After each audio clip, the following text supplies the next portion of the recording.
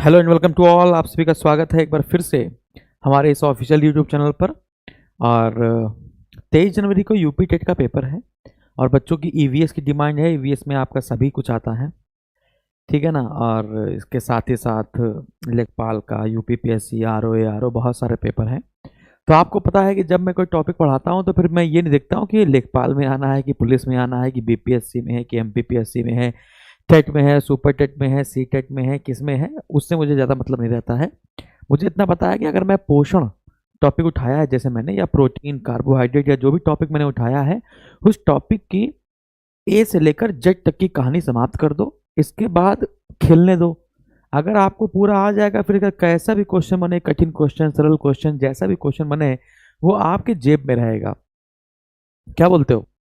और अगर आवाज़ आ रही हो, क्लास स्टार्ट हो गई हो, तो यस सर बोल दीजिए जल्दी से कि यस सर आवाज़ आ रही है, क्लास स्टार्ट हो गई है। भाऊजी, मोनिका वर्मा, अजीत सिंह, सितेश प्रजापति, शिल्पी गंगवार, या फिर जितने बच्चे जुड़े हुए हैं फटाफट से क्लास को शेयर कर देंगे। और यार हमने टाइम भी बता रखा है आप लोग को कि आप लोग को शाम को 5:30 बजे और रात में 9 बजे आपको हर हालत में उपस्थित हो जाना है बिना कुछ कहे, ठीक है ना। तो जितने भी लोग जुड़े हुए हैं वो सभी लोग क्लास को शेयर कर दें। अगर बफरिंग अफरिंग हो रही है तो बता दें जरा सा। अगर बफरिंग हो रही हो तो ये बोल सकते हैं कि क्लास क्लास। मुझे नहीं लग रहा कोई बफरिंग है। हम्म।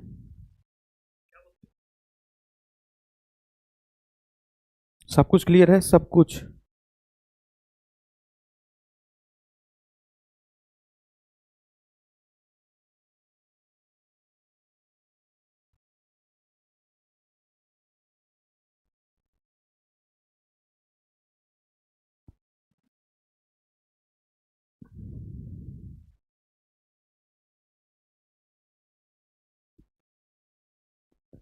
जी सर आवाज़ आ रही है, ओके है, ठीक है। तो हमारे यहाँ इंटरनेट कम आ रहा है क्या? Let's learn general science. भैया साइंस की स्पेलिंग आपकी गलत है, इसको सही कर लो।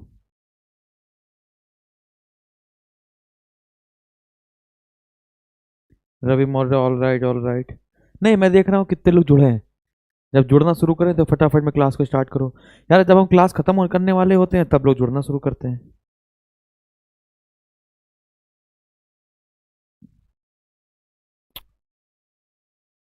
चलिए,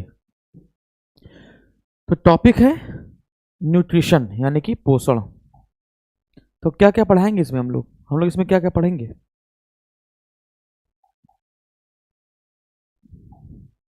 छोटा करते हैं इसको, ठीक है ना। अब देखते हैं इसमें हम लोग पढ़ेंगे क्या क्या। देखो भाई, न्यूट्रिशन की अगर हम लोग बात करें या पोषण की अगर हम लोग बात करें, अगर इसको किनारे कर दे थोड़ा सा, ठीक है ना, इसको थोड़ा सा किनारे कर दें, तो आप समझिएगा। अगर हम लोग प्रोटीन की बात करें, प्रोटीन की बात करें, वसा की बात करें और कार्बोहाइड्रेट की बात करें, तो समझिएगा यदि हम लोग प्रोटीन, वसा और कार्बोहाइड्रेट की बात करें, तो इनका जो समूह है, प्रोटीन, वसा और कार्बोहाइड्रेट का जो समूह है, इसको कहते हैं हम लोग मैक्रोन्यूट्रिएंट्स, अर्थात बृहद पोषक तत्व। इसको क्या कहा जाता है? इनको कहा जाता है बृहद पोषक तत्व, क्योंकि हमारे शरीर में ज्यादा मात्रा में उपस्थित होते हैं और ज्यादा मात्रा में चाहिए भी होते हैं, इसलिए इनको हम लोग कहते हैं बृहद पोषक तत्व। फिर इसके बाद आता है खनिज लवण। खनिज लवण, ठीक है ना। आपको खनिज लवण जैसे क्या होता है? आयोडीन हो गया, सोडियम हो गया, आयरन हो गया, ये सारी चीजें। हम लोग अगर आयोडीन की बात करें तो पूरे जीवन काल के लिए, आयोडीन की अगर हम लोग बात करें तो पूरे जीवन काल के लिए मात्र आधा चम्मच आयोडीन, मात्र आधा चम्मच आयोडीन, है ना, सफिशियंट होता है। क्योंकि वो हमारे शरीर में थायराइड नाम की ग्लैंड उपस्थित होती है ना, क्या? थायराइड। और थायराइड से निकलता है थायरॉक्सिन नाम का हार्मोन, और जो थायरॉक्सिन हार्मोन होता है वो वास्तव में क्या है? आयोडीन ही तो है। इसलिए मात्र आधा चम्मच में ही आयोडीन में पूरा जीवन कट सकता है। लेकिन आधा चम्मच से भी कम हो जाए तो फिर ग्वाटर या घेंगा हो जाएगा, है ना। तो खनिज लवण की बात की जाए और विटामिन की बात की जाए, खनिज लवण और विटामिन की बात की जाए तो ये हमारे शरीर में कम मात्रा में उपस्थित होते हैं और चाहिए भी कम मात्रा में होते हैं, इसलिए इनको हम लोग कहते हैं लघु पोषक तत्व। इसलिए इसको हम लोग क्या कहते हैं? लघु पोषक तत्व। तो ये क्या है?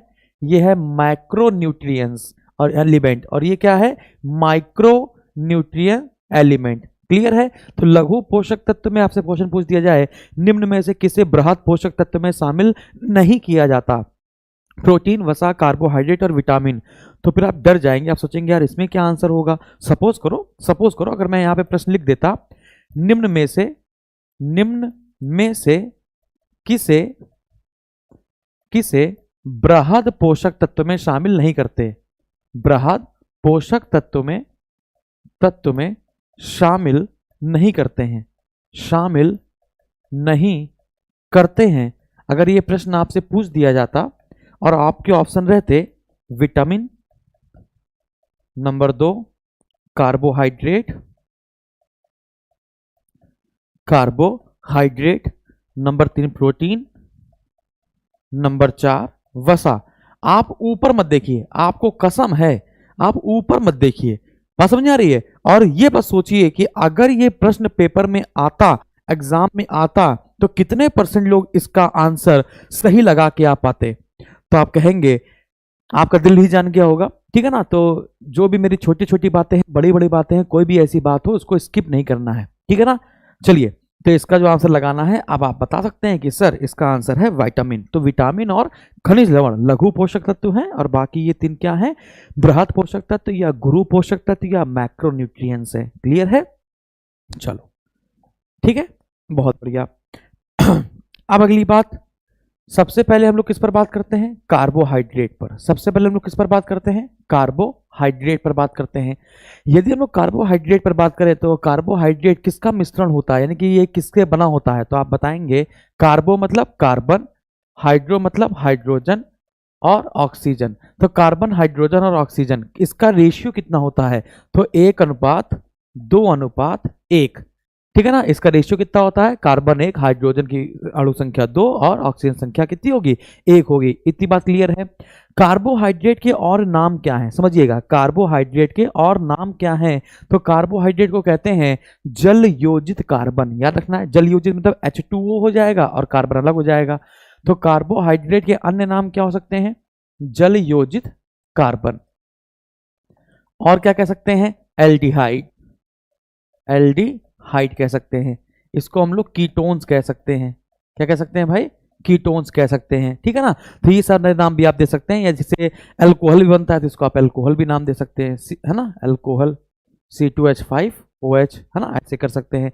या फिर इसको आप, मेरे हिसाब से जल योजित कार्बन लिखा हुआ है तो इसी को इंग्लिश कहेंगे हाइड्रेट ऑफ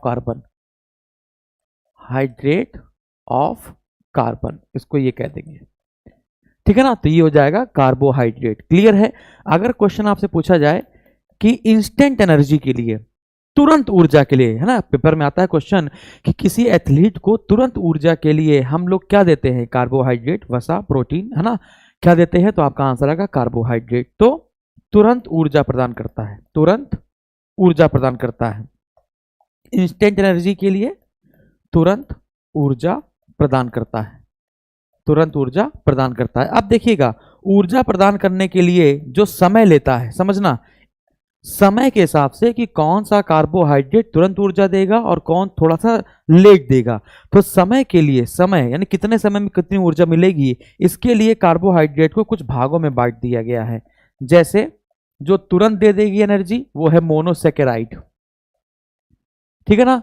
फिर इसके बाद डाइसेकेराइड, फिर होगा आपका ट्राइसेकेराइड या पॉलीसेकेराइड।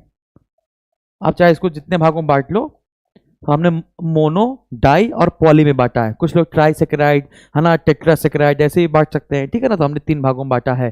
तो सबसे इंस्टेंट एनर्जी कौन देगा? मोनोसेकेराइड, उससे थोड़ी देर में डाइसेकेराइड, और थोड़ा सा समय लेने के बाद एनर्जी मिलेगी आपको पॉलीसेकेराइड से। क्लियर है? अब आपके मन में आएगा कि सर हमें मोनोसेकेराइड कौन कौन सी हैं ये बता दीजिए, तो ग्लूकोज, फ्रक्टोज, गैलेक्टोज और मैनोज, ठीक है ना। लेकिन अब इसको प्रश्न जब हम लोग करेंगे, जब हम लोग प्रश्नोत्तर के माध्यम से क्वेश्चन समझना है ना, तो प्रश्नोत्तर जब हम लोग करेंगे अब मैं आपको तभी तभी बताऊंगा। क्लियर है? तो आई विश मैं आपको समझा पाया। तो वन बाय वन करके समझना शुरू करेंगे, क्योंकि 1 घंटे की क्लास होती है, उसमें अगर मैं आपको थ्योरी पढ़ाना शुरू कर दूंगा तो फिर आपकी प्रैक्टिस रुक जाती है, ठीक है ना। चलिए, पहला क्वेश्चन आपकी स्क्रीन के सामने दिया हुआ है, इसको आपको लगाना है। लिखा हुआ है ग्लूकोज एक प्रकार का है, ग्लूकोज एक प्रकार का है, तो बताना है ये कैसी शर्करा है। पेंटोज शर्करा है, हेक्सोज शर्करा है, ट्रेक्टोज शर्करा है या डायोज शर्करा है। फटाफट बताना है आपको, ग्लूकोज कैसी शर्करा है, जल्दी बताओ, ग्लूकोज कैसी शर्करा है, फटाफट बताइए। ग्लूकोज का सूत्र क्या होता है, C6H12O6, है कि नहीं, क्या होता है, C6H12O6। अगर ये ग्लूकोज का सूत्र है तो बताइए कैसी शर्करा होगी ये, फटाफट बताइए। अगर हमने सूत्र लिख दिया है तो आप बताइए ये कैसी शर्करा होगी, पेंटोज होगी, हेक्सोज होगी, टेट्रोज होगी या डायोज होगी। आंसर आ रहा है, मोनो होगी। ओके, सी आंसर बता रहे हैं बच्चे, इसका आंसर सी बता रहे हैं। और सोचो, और सोचो, आंसर आएगा, और सोचो, आंसर आएगा भाई, आंसर आएगा, 100% आंसर आएगा। पेंटोज होगी, बहुत बढ़िया।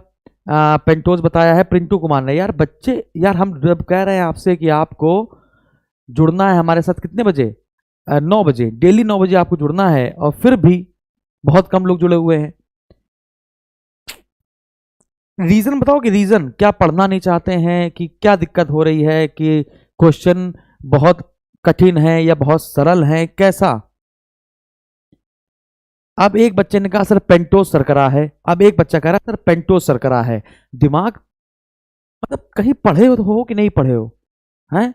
अगर हमसे पढ़ा है तो हमने तो कभी नहीं बताया पेंटोज शर्करा है, हमने कभी जिंदगी में आपको बताया कि भाई जो ग्लूकोज है वो पेंटोज शर्करा है। हेक्सोज है, जब 6 लिखा है, C6H12O6, जब C6 लिखा हुआ है तो सिंपल सी बात है यार, कैसी शर्करा होगी, हेक्सोज शर्करा होगी, हेक्सोज शर्करा होगी, अर्थात षट कार्बनिक शर्करा होगी।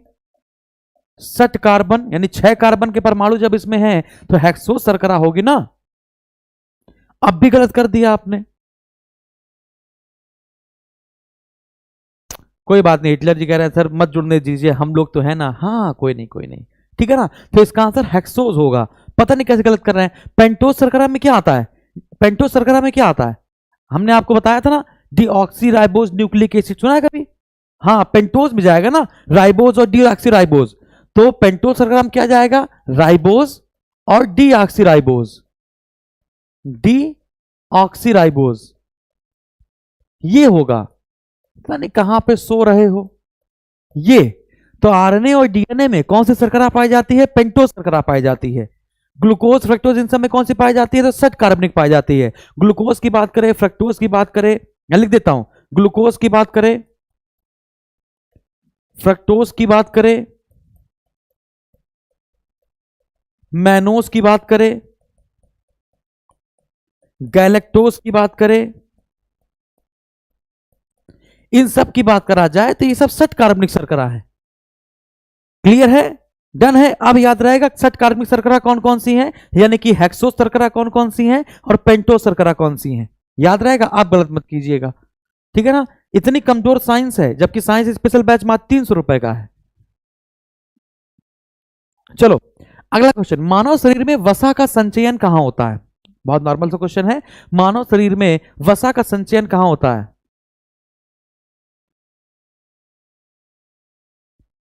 विकास पाल, ठीक है, मैंने आपका देख लिया कि रेलवे के लिए आप कह रहे हैं ना बोलने के लिए, हाँ हाँ ठीक है, आप बताइए। हाँ तो इसका आंसर बताइए भाई, पढ़ भी तो लो, है ना, बोल देंगे बोल देंगे, सब लोग बोल रहे हैं हम भी बोल देंगे, कोई बड़ी बात नहीं हमारे लिए, ठीक है ना, हम ऐसा ही बोलते हैं, कब नहीं बोला हमने, जल्दी बताओ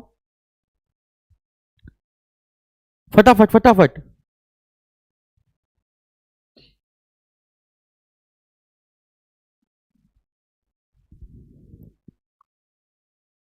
चलिए चलिए मैं बताता हूं, इसका आंसर क्या है। अब सब लोग अधिचर्म बता रहे हैं, एपिडर्मिस, अरे भाई एपिडर्मिस यानी अधिचर्म, समझ रहे हो, त्वचा, ठीक है ना। इसका आंसर साफ साफ ये है वसा ऊतक, इसका साफ साफ आंसर है वसा ऊतक। इसको कहते हैं एडिपोज, क्या कहते हैं इसे, एडिपोज टिश्यू, ठीक है ना, इसे कहते हैं एडिपोज टिश्यू। एडिपोस टिश्यू यानी ऊतक, और फिर भी गलत कर रहे हो। तो भाई मानव शरीर में जो वसा का संचयन होता है वो वसा ऊतक में होता है, जिसको कहते हैं एडिपोस टिश्यू। क्योंकि जो वसा वाली कोशिकाएं होती हैं उनको कहते हैं एडिपोसाइट्स, ठीक है ना। जो वसा वाली कोशिकाएं होती हैं, वसा कोशिका को क्या कहते हैं? एडिपोसाइट्स। एडिपोसाइट्स यही तो कहते हैं, एडिपोसाइट्स। बात समझ में आ रही है? क्लियर है? और जो वसा का भंडारण होता है वो दो तरह से होता है, एक सफेद वसा और एक पीली वसा। एक सफेद वसा और एक पीली वसा। बात समझ में आ रही है? ये तो इसका आंसर होगा वसा ऊतक। इसका आंसर क्या होगा? वसा ऊतक। मैं थोड़ा सा झिझक पता है किस ले रहा हूं, क्योंकि लोगों ने YouTube को इतना गंदा कर दिया है, इतना गंदा कर दिया है। ये हमें ये बताइए जरा सा कि जब कोई एग्जाम ऑनलाइन हो रहा है, ऑनलाइन एग्जाम हो रहा है, आपको पेपर का लेवल और लेवल की डिफिकल्टी आपको समझ में आ नहीं रही है। लेवल की डिफिकल्टी बच्चे को समझ में नहीं आ रही है कि अरे भाई जो 100 क्वेश्चन आए क्या बच्चे को सारे 100 क्वेश्चन आ गए हैं? वो बता देता है कि 100 क्वेश्चन कि सर ये क्वेश्चन पूछे गए थे। वो जो सरल क्वेश्चन होते हैं वो क्वेश्चन वो याद कर लेता है और जाके बताता है सर ये क्वेश्चन आया हुआ था। अब वो क्वेश्चन वही याद कर पाता है जो सरल होता है या फिर जो वो कर पाता है। उसके आधार पर जो इतने YouTube के टीचर आ गए हैं वो ऑनलाइन पेपर को भी लेवल देखकर बता देते हैं कि ऑनलाइन पेपर हुआ, पेपर मिला भी नहीं, वो उन्होंने पेपर दिया भी नहीं, और वो डिफिकल्टी लेवल देके बता देते हैं क्या कि भैया कट ऑफ कितनी जाएगी। अरे तुम्हारा दिमाग तुम्हारा खराब है क्या एकदम से? हैं? अब बच्चा हमारे पीछे पड़ा हो सर यूपीएसआई की कट ऑफ बता दीजिए, यूपीएसआई कट ऑफ बता दीजिए।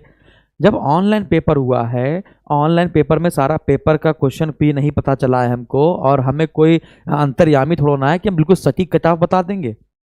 अब वही गलती हो गई। अब गलती ये हुई कि आरआरबी एनटीपीसी का रिजल्ट लटकता चला गया। तो लोगों ने सोचा कि एक काम करते, रिजल्ट आ ही जाएगा। उन्होंने आरआरबी एनटीपीसी का सीबीटी 2 बैच डाल दिया। मैं सभी यूट्यूबर को कह रहा हूँ, जितने भी टीचर हैं, उन्होंने सीबीटी 2 का बैच डाल दिया। सीबीटी 2 का बैच डालने के बाद बच्चों से बता दिया कि 50 नंबर कट ऑफ जाएगी, 60 नंबर कट ऑफ जाएगी, बेटा क्वालिफाइंग नेचर का हो जाएगा, ये है वो है, अब मेरा बैच ले लो। सीबीटी 2 को बैच उन्होंने एक साल में 75 बैच निकाल दिए सीबीटी 2 के। रिजल्ट नहीं आया और बच्चे बेचारे पढ़ पढ़ के सीबीटी 2 पढ़ के, है ना, उनको एग्रेशन दिया, आप सिर्फ 50 नंबर जाएगी, अरे सिर्फ 60 नंबर, अरे बैच लो करके कर दिया। इसके बाद जब एनटीपीसी रिजल्ट आया, रिजल्ट आने के बाद जब हाई गया, जब सब कुछ हाई पहुंच गया, अब वहां पर बच्चों ने फोन करना शुरू किया, अरे सर आप तो कह रहे थे 50 जाएगी, आप तो कह रहे थे 60 जाएगी, 60 से ऊपर जिंदगी में कभी जाएगी नहीं, तो हमारा सीबीटी 2 में हुआ नहीं, हमने आपका बैच लिया था, हमारा पैसा वापस कर दो। तो अब उनको लगा है मिर्चा। अब मिर्चा लगा है तो वो के करने लगे हैं, के। अरे भाई जब तक रिजल्ट नहीं आ पाता, जब तक कट ऑफ जारी नहीं हो आती, तो सीबीटी 2 क्यों ला रहे हो? क्यों? आप बहुत अंतर्यामी है क्या? सीबीटी 2 बच्चे को अपने मन से तैयारी करने दो, या तो ये बोल दो बेटा हमें कट ऑफ, जैसे कि हमें लेखपाल की कट ऑफ नहीं पता थी कि पीटी में कितने परसेंटाइल वाले लेखपाल के लिए आएंगे, ठीक है ना। तो हमने अपना एज्यूम किया और हमने कहा भाई जिसके 90% से ऊपर परसेंटाइल हो वही ज्वाइन करना, क्योंकि मुझे लगता है ऐसा। 90 परसेंटाइल बताया। अब कोई अगर आप 50 परसेंटाइल, 40 परसेंटाइल, हमारा बैच ले लो, 20 परसेंटाइल, 30 परसेंटाइल लो। अब ले लिया, अब चलो ठीक है, लेखपाल में आया, उसने कोई परसेंटाइल का वही रखा कि हमें परसेंटाइल चाहिए ही चाहिए, ठीक है ना, तो सभी लोग भर पा रहे हैं। लेकिन वो अब देखो कॉल लेटर जो देता है, वो एडमिट कार्ड जो जारी करता है, वो किस परसेंटाइल पे जारी करता है। तो गलती खुद ही कर दो, खुद ही गलती करने के बाद और फिर चेचे करो, बच्चों को इकट्ठा करो अपने चैनल पे, ये है वो है, फेल होने वाले बच्चे की तादाद ज़्यादा, पास होने वाले बच्चे की तादाद कम। इसके बाद आपका बैच भी उसने लिया है। अब यानी दुनिया भर की चीज़ें, एनटीपीसी स्कैम हो गया सर, ये हो गया वो हो गया, हमें इतनी तेज चिढ़न मचने लगी है, इतनी तेज चिढ़न मचने लगी है सिर्फ इसलिए भाई तुमने क्यों 50 नंबर बता रही कट ऑफ। बच्चे के अंदर खुद ही अग्रेशन आ गया है, वो तैयारी करता रहा कि हाँ ठीक है 50 नंबर कट ऑफ जाएगी।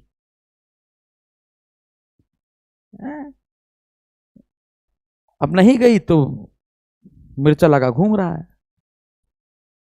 ऐसा नहीं, मैं बता रहा हूं आपको, ऐसा नहीं भाई साहब, ठीक है, ऐसा नहीं है कि बच्चा पढ़ा लिखा नहीं है, बच्चा पढ़ा लिखा है, अच्छा खासा पढ़ा लिखा है। मैंने देखा है लोगों के 80 नंबर भाई आए हैं 80 नंबर। अब नहीं हुआ, हाँ रेलवे कट ऑफ हाई गई, वो मैं मान रहा हूँ, उसके लिए मैं सपोर्ट करूंगा कि इतनी हाई कट ऑफ नहीं जानी चाहिए थी, लेकिन 50 भी तो नहीं जाएगी जैसा लोग बताए हैं।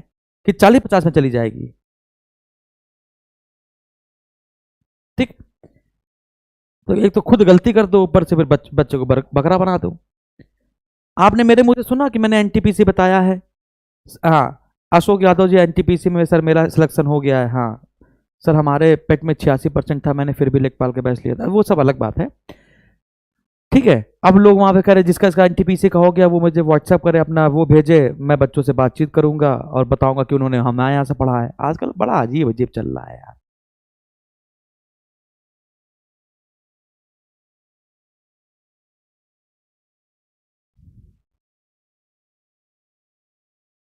चलो आगे बढ़ते हैं।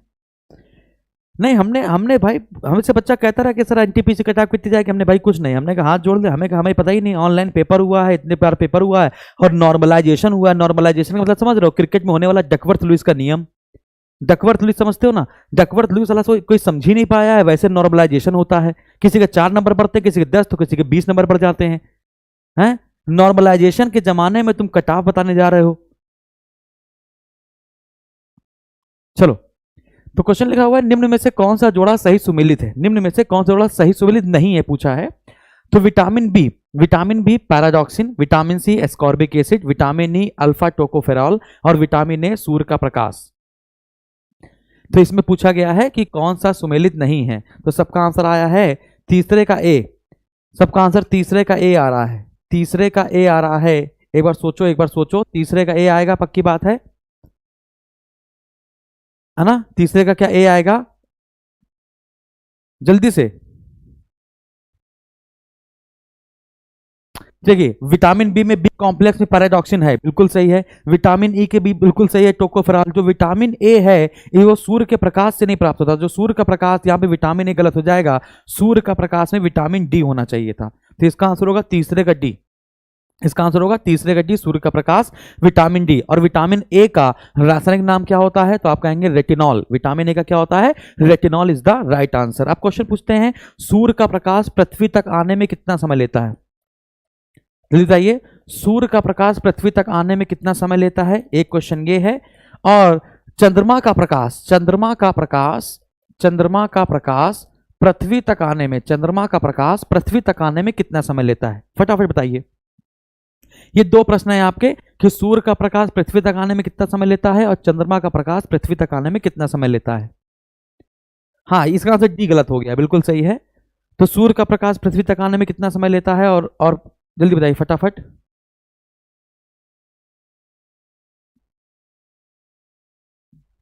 हम्म,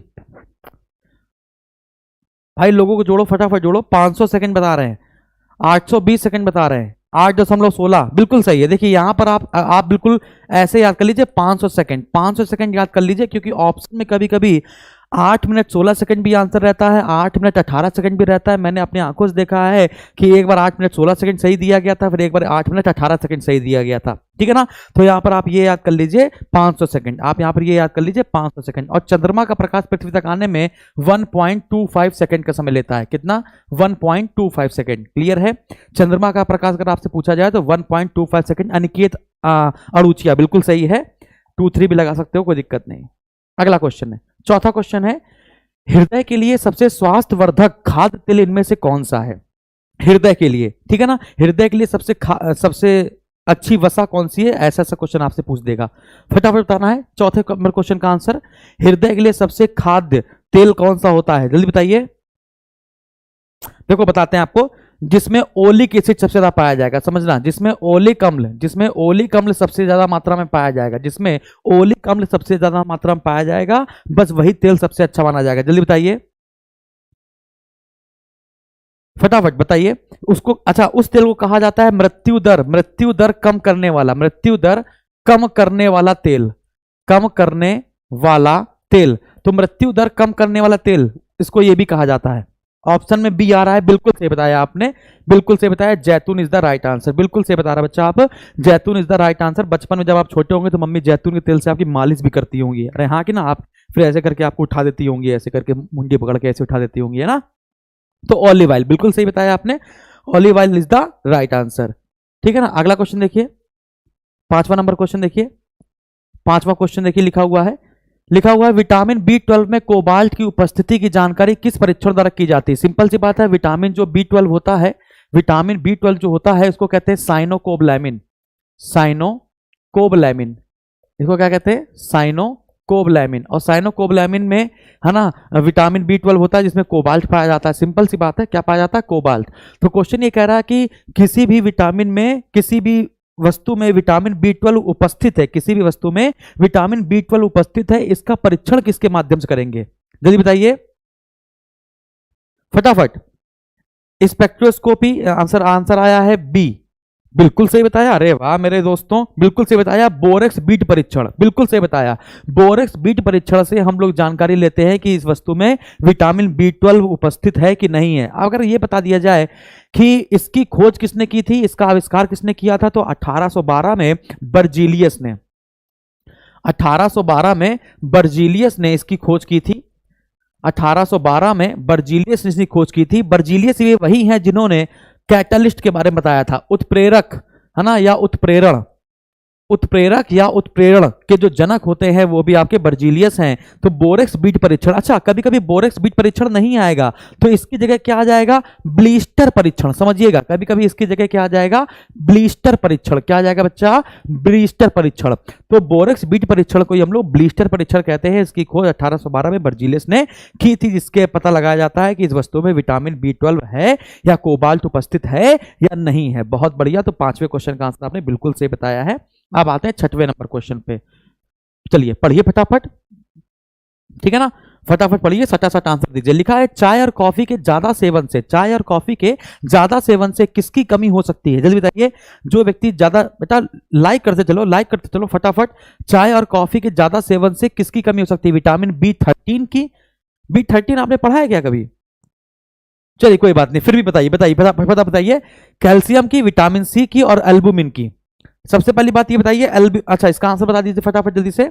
सुशील कृष्णा कुमार का आया है बी। अरे वाह यार, तुम लोग बी करके बिल्कुल सही आंसर दे रहे हो। Calcium is the right answer, बिल्कुल सही है। चाय और कॉफी के ज्यादा सेवन से, चाय और कॉफी के ज्यादा सेवन से शरीर में किसकी कमी हो जाएगी? तो आप कहेंगे कैल्शियम की कमी हो जाएगी। यदि आपसे क्वेश्चन पूछा जाए मानव हड्डी में जल प्लस कैल्शियम प्लस फास्फोरस का रेशियो बताइए, जल, कैल्शियम और फास्फोरस का रेशियो बताइए। तो मानव हड्डी में जल 50% लगाना है, कैल्शियम 42% लगाना है और जो फास्फोरस है वो आपका 8% लगाना है। सबसे पहली बात मैं आपको बताता हूं। अगला क्वेश्चन ये है, ये बहुत अच्छा क्वेश्चन है कि चाय और कॉफी के ज्यादा सेवन से शरीर में किस तत्व की कमी हो जाएगी? तो कैल्शियम की कमी हो जाएगी। बिल्कुल सही बताया। बात समझ आ रही है? यदि आप ज्यादा मात्रा में चाय और कॉफी पीते हैं तो आपको हार्ट अटैक आने की संभावना बढ़ जाती है। बात समझ आ रही है? क्लियर है? आपको याद रखना है कि जो चाय और कॉफी है ये ब्लड प्रेशर को बढ़ाता है, ये बीपी को क्या करता है? बढ़ाता है, जिससे हार्ट अटैक जिसे कहते हैं हार्ट अटैक आने की जो संभावना है वो भी आपकी बढ़ जाती है। तो इसका आंसर समझ में आया। लेकिन अब क्या बताया जाए? जैसे हम ही हैं, अगर हम सुबह चाय ना पिए तो मेरे सर में दर्द होना शुरू हो जाता है। बिल्कुल नशेबाजी कहते हैं इसे, ठीक है ना? तो नशेबाजी जैसा हो गया है। शिल्पी गंगवार, बेटा तुम पढ़ चुकी हो ना, तभी तुम्हें इतने ज्यादा वो है कि सर थोड़ा सा लेवल बढ़ा दीजिए। जिन्होंने नहीं पढ़ा है उसके लिए तो ये अच्छा क्वेश्चन था, ठीक है? जिन्होंने नहीं पढ़ा है उसके लिए अच्छा क्वेश्चन था, जिन्होंने पढ़ चुका है उसके लिए खराब क्वेश्चन हो गया। तो ये बात आपको समझ में आएगी। तो मानव हड्डी में जल 50%, कैल्शियम 42% और फास्फोरस कितना होता है? 8% होता है। एक क्वेश्चन और पूछते हैं। क्वेश्चन ये है कि एल्ब्यूमिन किसमें पाया जाता है? अंडे में। अंडे का प्रोटीन है, अंडे का प्रोटीन का नाम क्या है? एल्ब्यूमिन होता है। एल्ब्यूमिन और किसमें पाया जाता है? तो दूध में। याद रखना है, दूध में कितने प्रोटीन पाए जाते हैं? 3 प्रोटीन पाए जाते हैं। कौन कौन से पाए जाते हैं? केसिन पाया जाता है, एल्ब्यूमिन पाया जाता है और ग्लोब्यूलिन पाया जाता है। तो याद रखना है, दूध में 3 प्रोटीन पाए जाते हैं, केसिन, एल्ब्यूमिन और ग्लोब्यूलिन। अगर आपसे कहा जाए कि जो क्लोस्ट्रम होता है, जिसे कहते हैं खीस, है ना, क्लोस्ट्रम मतलब खीस में कौन सा विटामिन दुगनी मात्रा में पाया जाता है केसिन की अपेक्षा? तो आपका आंसर आएगा एल्ब्यूमिन और ग्लोब्यूलिन। खीस में सिर्फ एल्ब्यूमिन और ग्लोब्यूलिन पाया जाता है, इसलिए खीस का जो रंग होता है वो पीला होता है, ना कि सफेद होता है। जब कोई गाय या फिर कोई भैंस का बच्चा पैदा होता है तो शुरुआत के 2-3 दिन होता है, उसे मिर्चर से डाला जाता है, या फिर कह सकते हैं कि जो 2-3 दिन बच्चा होने के बाद गाय और भैंस का दूध फटता है तो उसी को कहते हैं खीस, है ना। तो एल्ब्यूमिन और ग्लोब्यूलिन, ठीक है ना, उसमें पाया जाता है, उसी को कहते हैं खीस। और खीस में विटामिन B12 पाया जाता है, खीस में विटामिन B12 ज्यादा मात्रा में होता है। तो ये बात आपको समझ में आ गई। थोड़ी सी बात करते हैं चाय के बारे में। अगर आपसे पूछा जाए चाय बोर्ड का मुख्यालय क्या है, चाय बोर्ड का मुख्यालय क्या है। फिर आपको क्वेश्चन पूछा जाए कॉफी बोर्ड का मुख्यालय क्या है ना। क्वेश्चन आपसे पूछा जाए कि बताइए भारतीय चाय बोर्ड का मुख्यालय क्या है, तो भारतीय चाय बोर्ड का मुख्यालय क्या है, तो आप कहेंगे दार्जिलिंग। भारतीय चाय बोर्ड का मुख्यालय क्या है, आप कहेंगे दार्जिलिंग। भारतीय कॉफी बोर्ड का मुख्यालय क्या है, तो कहेंगे बेंगलोर। भारतीय कॉफी बोर्ड का मुख्यालय क्या है, आप कहेंगे बेंगलोर। आपसे पूछा जाए चाय में कौन सा एल्केलाइड पाया जाता है, तो आप कहेंगे टेनिन। आप कहेंगे कॉफी में कौन सा एल्केलाइड पाया जाता है, तो आप कहेंगे कैफीन। तंबाकू में कौन सा एल्केलाइड पाया जाता है, आप कहेंगे निकोटीन। आप कहेंगे निकोटीन। ये सारे क्वेश्चन आपको याद रखने हैं जो आते हैं पेपर में, ठीक है ना।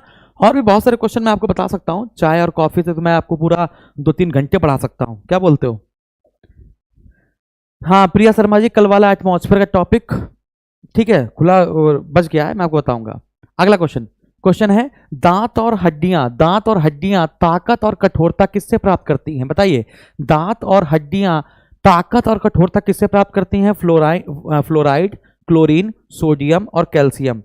बहुत आसान सा प्रश्न है, काफी आसान सा प्रश्न है, तो इसका आंसर सभी लोग बता ले जाएंगे कैल्शियम। बिल्कुल सही बताया है आप लोग, सभी लोग बताएंगे जैसा, calcium is the right answer. Question ये है कि फ्लोरीन की कमी से कौन सा रोग हो जाता है, दांतों में फ्लोरोसिस। कौन सा रोग हो जाता है, फ्लोरोसिस हो जाता है, ठीक है ना। और शरीर का सबसे कठोर भाग कौन सा होता है, दांतों का एनिमल। ये तो सब आसान से प्रश्न है। ये अच्छा एक सेकंड, हाँ ये अच्छा प्रश्न है। किसी लगता है क्वेश्चन में आंसर लिख दिया है, लिखा हुआ नर एनाफिलीज मच्छर किससे अपना भोजन ग्रहण करता है, आदमी के खून से, क्यूलेक्स के खून से, फलों के मधु से, जोंक के खून से। देखो एक मादा एनाफिलीज मच्छर होती है और एक नर एनाफिलीज मच्छर होता है, ठीक है ना। तो देखो जो फीमेल होती है, फीमेल को अपने बच्चे को पालना होता है, अंडे को पालना होता है ना, तो इसलिए वो मनुष्य का खून चूसती है। जबकि जो नर मच्छर होता है वो फूलों का रस चूसता है। वो क्या करता है, फूलों का रस चूसता है। तो याद रखना है आपको। तो आपका आंसर क्या है, अगर जो नर मच्छर है, नर मच्छर, तो देखो भाई सुन लेना, नर लिखा हुआ तो नर मच्छर है तो ये फूलों का रस चूसता है, ठीक है ना। और अगर मादा होती तो वो आदमी का खून चूसती। तो जो मलेरिया है वो मादा एनाफिलीज मच्छर फैलाते हैं, ठीक है ना। अगर आपसे कह दिया जाए, मैं आपसे क्वेश्चन पूछूं कि मच्छर से ही मलेरिया होता है, समझना। मैं आपसे क्वेश्चन पूछूं कि मच्छर से मलेरिया होता है, इस बात का पता सर्वप्रथम किसने लगाया। मच्छर से ही मलेरिया होता है, इस बात का पता सर्वप्रथम किसने लगाया, जल्दी बताओ फटाफट। मच्छर से ही मलेरिया होता है, इस बात का पता सर्वप्रथम किसने लगाया, जल्दी बताओ। तो आपका आंसर आएगा रोनाल्ड रास। तो आपका आंसर आएगा रोनाल्ड रास। क्वेश्चन पूछा जाएगा हड्डी तोड़ बुखार, क्वेश्चन पूछा जाएगा हड्डी तोड़ बुखार, है ना, किसे कहा जाता है, तो आप कहेंगे डेंगू को। क्लियर है। और डेंगू का भारत में पहला मामला कब आया था, कलकत्ता में आया था 1995 में, है ना। किस में आया था, 1995 में। और डेंगू बुखार किससे फैलता है, एंडीज एजिप्टाई से। किससे फैलता है, एंडीज एजिप्टाई से, याद रखना है, ठीक है ना। तो डेंगू किससे फैलता है, एंडीज एजिप्टाई से। और डेंगू, ये जो एंडीज एजिप्टाई है ये वायरस फेंकता है ना, ये वायरस से होता है। तो डेंगू कैसा बुखार है, वायरस से होने वाला बुखार है, ठीक है ना। और मलेरिया किससे होने वाला बुखार है, तो प्रोटोजोआ। मलेरिया किससे होने वाला बुखार है भैया, प्रोटोजोआ, ठीक है ना। ओके ओके, टॉन्ट मत मारो महिलाओं को, ठीक है। चलिए ये क्या है, चलो नवा क्वेश्चन है, ये पीडीएफ हम आपको दे देंगे, लगता है टाइपिंग वाले ने उत्तर हटाना भूल गया है। हाँ तो क्वेश्चन है डायबिटीज से पीड़ित व्यक्ति के बार बार पानी रक्त में से किसे कम करने के लिए पीता है। अच्छा ठीक है, जो डायबिटीज वाला व्यक्ति होता है वो क्या कम करने के लिए ज्यादा बार पानी पीता है, ये कह रहा है ना, बार बार पानी रक्त में से किसे कम करने के लिए, ठीक है जल्दी बताइए। ऑप्शन में है ग्लूकोज, इंसुलिन, ग्लूकेगॉन और लवण। ऑप्शन में है, इसका आंसर क्या लगाना जल्दी बताइए। डायबिटीज का व्यक्ति बार बार पानी इसलिए पीता है ताकि रक्त में से क्या कम हो जाए, ताकि रक्त में से क्या कम हो जाए। लाल बिहारी जी का बी आया है। लाल बिहारी, फंस गए तुम, गलत हो गया। अभी अभी का आंसर आया ए। हाँ देखो सही है। डायबिटीज के व्यक्ति के अंदर क्या ग्लूकोज ज्यादा बनता है, ग्लूकोज ज्यादा बनता है, तो ग्लूकोज की मात्रा को कम करने के लिए वो क्या करता है, बार बार पानी पीता है, बार बार क्या करता है, पानी पीता है। तो इसका आंसर ग्लूकोज होगा। और लोग क्या करते हैं, क्वेश्चन पूरा देखते नहीं है। लोग क्या करेंगे, क्वेश्चन पूरा देखेंगे नहीं, वो पट से इंसुलिन हार्मोन लगा देंगे। पूरा क्वेश्चन नहीं पढ़ेंगे, पूरा क्वेश्चन नहीं पढ़ेंगे, सीधे इंसुलिन हार्मोन लगा देंगे। क्वेश्चन पढ़ो कि मधुमेह से पीड़ित व्यक्ति के बार बार पानी पीने रहते रक्त में से किससे कम करने के लिए पीता है, तो आपका आंसर है ग्लूकोज। अब मैं आपसे क्वेश्चन पूछ रहा हूं कि डायबिटीज जो होती है वो किस हार्मोन की कमी से होती है, ठीक है ना। तो मधुमेह जो रोग होता है वो किसकी कमी से होता है, तो आप कहेंगे इंसुलिन, ठीक है ना। अब मैं इसको पूरी तरीके से बता देता हूं आपको। तो इसका जो आंसर वो ग्लूकोज है, समझिएगा। एक है इंसुलिन, एक क्या है, इंसुलिन, और यहां लिखता हूं ग्लूकोज, इधर लिखता हूं इंसुलिन और इधर लिखता हूं ग्लूकोज। अब देखिएगा, इंसुलिन अगर कम हो जाएगा तो ग्लूकोज की मात्रा रक्त में बढ़ जाएगी। इंसुलिन अगर ज्यादा हो जाएगा तो ग्लूकोज की मात्रा रक्त में क्या हो जाएगी, कम हो जाएगी। और ग्लूकोज अगर शरीर में कम हो जाएगा तो भी आपकी बीमारी होगी, और अगर ग्लूकोज बढ़ जाएगा तो भी बीमारी होगी। तो इंसुलिन कम ग्लूकोज ज्यादा, तो कौन सा रोग हो गया, मधुमेह हो गया, है ना। और मधुमेह को हम लोग क्या कहेंगे, हाइपरग्लाइसीमिया। क्या कहेंगे हम लोग, हाइपरग्लाइसीमिया। क्या कहेंगे हम लोग, हाइपरग्लाइसीमिया। और अगर इंसुलिन बढ़ जाए, इंसुलिन अगर बढ़ जाए, ग्लूकोज कम हो जाए, तो इसे कहेंगे हाइपोग्लाइसीमिया। हाइपोग्लाइसीमिया, हाइपोग्लाइसीमिया क्या होता है, चक्कर आ जाना, चक्कर आ जाना, कमजोरी हो जाना। आदमी कहता है ना यार चक्कर आ रहा, कमजोरी हो गई है। तो कमजोरी हो गई का मतलब क्या है, या तो इंसुलिन आपका ज्यादा बढ़ गया है, तो ग्लूकोज क्या हो गया है, कम हो गया है। बात समझ में आ रही है। तो याद रखना है, इंसुलिन हार्मोन की गड़बड़ी से ही मधुमेह यानी कि हाइपरग्लाइसीमिया और हाइपोग्लाइसीमिया होता है। हाइपरग्लाइसीमिया या हाइपोग्लाइसीमिया होता है। और इंसुलिन हार्मोन में कौन सा तत्व विद्यमान रहता है, तो आपका आंसर आएगा जस्ता, ठीक है ना। तो जो जिंक है, जो जस्ता है, वो इंसुलिन हार्मोन में विद्यमान रहता है। इंसुलिन हार्मोन की खोज किसने की थी, तो आपका आंसर आएगा बैटिन और बेस्ट ने की थी। इंसुलिन हार्मोन की खोज किसने की थी, तो बैटिन और बेस्ट ने की थी, ठीक है ना। क्वेश्चन पूछा जाए इंसुलिन हार्मोन कहां से निकलता है, तो अग्नाशय, देखा पत्ती जैसा होता है अग्नाशय, ये 3 भागों में बटा होता है, अल्फा, बीटा और गामा, ठीक है ना। अल्फा से ग्लूकेगॉन हार्मोन निकलता है, अल्फा से ग्लूकेगॉन हार्मोन निकलता है। और बीटा में छोटी छोटी कुछ द्वीपिकाएं होती हैं, जिसको कहते हैं लैंगरहैंस की द्वीपिकाएं। क्या कहते हैं भैया, लैंगरहैंस की द्वीपिकाएं। और इन्हीं लैंगरहैंस की द्वीपिकाओं से ही इंसुलिन हार्मोन निकलता है। तो इसका जो आंसर वो ग्लूकोज है, लेकिन जो आप इंसुलिन बता रहे थे उसका मैंने प्रोसेस पूरा बता दिया आपको, ठीक है ना। स्क्रीनशॉट ले लो। देखो कब कब 40 मिनट बीत गया आपको पता नहीं चला होगा। सर ये समझ नहीं आया, हे भगवान, कोई बात नहीं। चलिए 10वां क्वेश्चन देखिए, लिखा हुआ है स्कर्वी। स्कर्वी आप जानते हो ना, स्कर्वी जानते, दांत में हो जाता है स्कर्वी। तो स्कर्वी किस विटामिन की कमी से होता है, तो विटामिन डी की कमी से क्या होता है, रिकेट्स। विटामिन डी की कमी से क्या होता है, रिकेट्स होता है। विटामिन के की कमी से क्या होता है, रक्त का थक्का नहीं जमता, रक्त का थक्का नहीं जमता, ठीक है ना। विटामिन ई की कमी से क्या होता है, जनन क्षमता में कमी आ जाती है, जनन क्षमता में कमी आ जाती है। विटामिन ई को ही ब्यूटी हार्मोन कहते हैं, विटामिन ई को ही हम लोग क्या कहते हैं, ब्यूटी हार्मोन कहते हैं, ठीक है ना। तो बचा क्या, विटामिन सी की कमी से क्या होता है, स्कर्वी होता है। और विटामिन सी किस में पाया जाता है, खट्टे पदार्थों में पाया जाता है। किस में पाया जाएगा, सर्वाधिक मात्रा में आंवले में पाया जाएगा। ये सब नोट कर लेना आप लोग, है नॉर्मल से क्वेश्चन है, ये सब क्वेश्चन आते हैं पेपर में, ठीक है ना। तो स्कर्वी से क्या होता है, दांत में हो जाता है, दांत से पस आने लगता है, मसूड़े खराब हो जाते हैं और बदबू आती है, ये सब चीजें होती है। क्लियर है भाई। विटामिन सी का एस्कॉर्बिक अम्ल कहते हैं, विटामिन सी को हम लोग एस्कॉर्बिक अम्ल कहते हैं। विटामिन सी का रासायनिक जो नाम है वो है एस्कॉर्बिक अम्ल। अगला क्वेश्चन देखो, क्वेश्चन लिखा हुआ है, छोटा करते थोड़ा सा, बहुत बड़ा है तो। चलिए, लिखा हुआ है इनमें से कौन से 2 खाने योग्य प्रोटीन के अच्छे स्रोत हैं।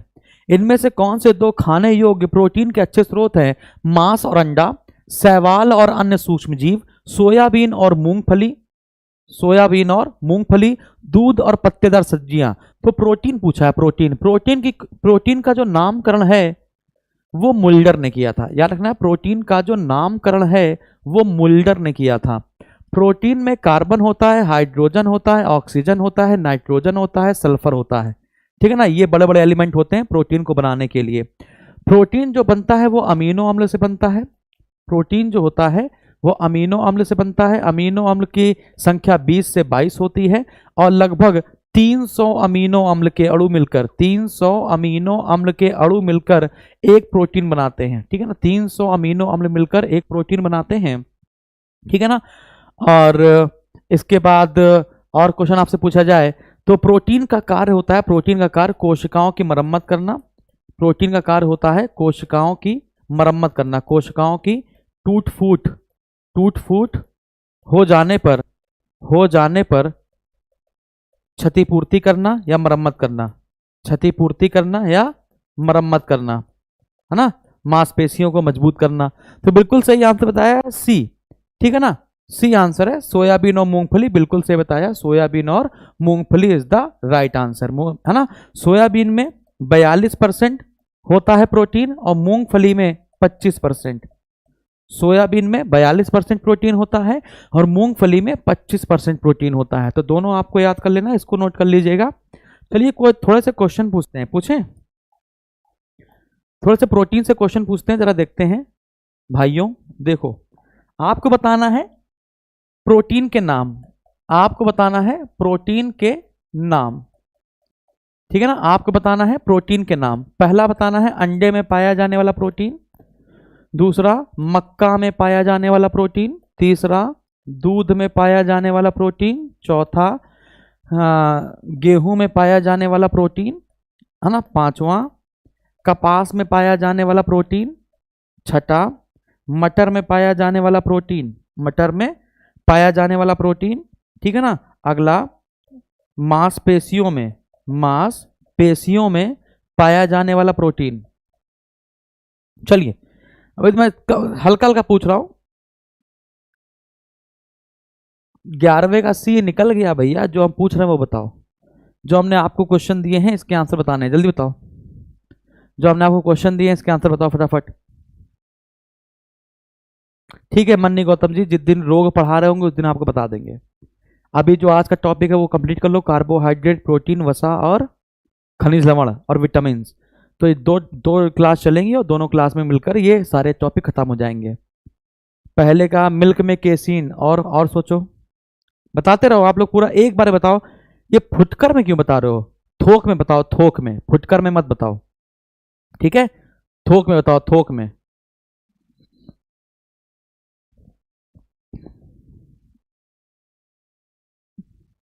दाल रहेगी क्या? लो भाई, आपकी सबकी मुराद पूरी करेंगे, दाल भी बताएंगे।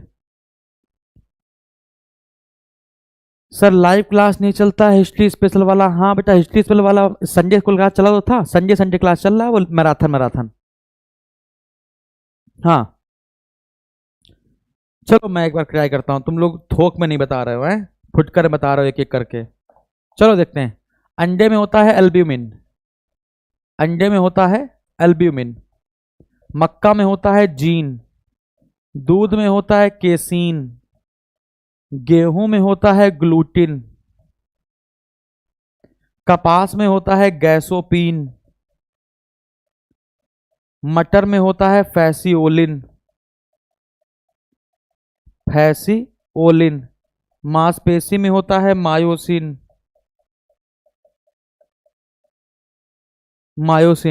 दाल में होता है प्रोलैमिन्स।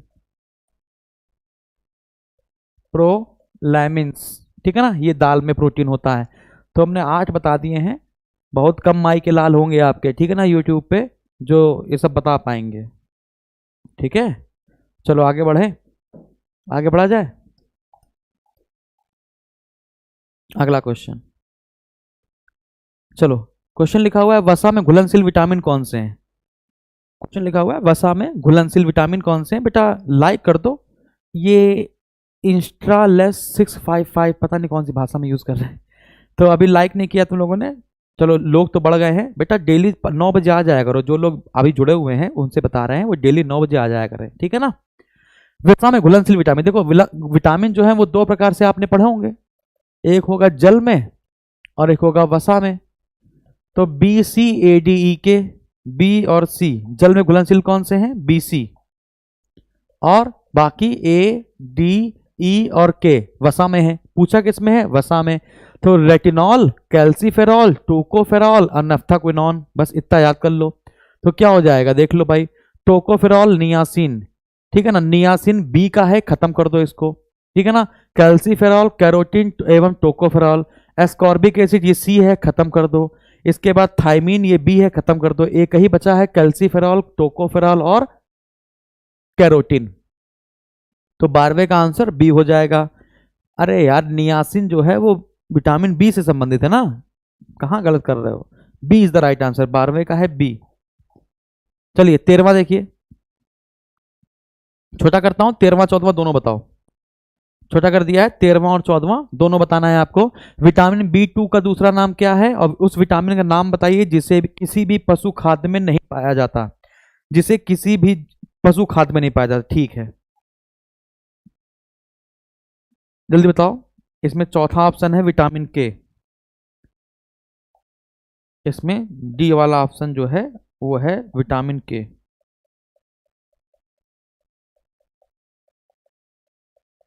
चलो बताओ B2, हाँ आएगा आंसर, आया आया, सी बता रहे हैं सब लोग। किसका सी, 13वें का, 13वें का सी बता रहे हैं, 14वें का बी बता रहे हैं। 13वें का सी है, 14वें का बी है। कंप्यूटर जी बताओ, सही बताओ। 13वें का सी बता रहे हैं और 14वें का बी बता रहे हैं। चलो देखते हैं। विटामिन B2, B1 का नाम क्या है, थायमीन। B1 का नाम क्या है, थायमीन।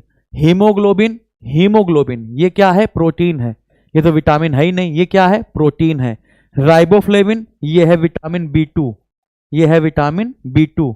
और डेक्ट्रोज तो शुगर है, ओज लगा हुआ है। चलिए कोई बात नहीं। 14वें का क्वेश्चन आपने बताया है जिसमें बता रहे हैं बी, बहुत बढ़िया। तो उस विटामिन नाम बताइए जो पशु खाद्य में नहीं होता, विटामिन सी नहीं देते, है ना, विटामिन सी नहीं होता पशु खाद्य में, बाकी सब कुछ होता है। बहुत बढ़िया। चलिए आप लोग तो बिल्कुल गदर काट दिए, सही बताया है। आगे 15वां बताओ, 16वां बताओ, ठीक है। 15वां बताओ, 16वां बताओ।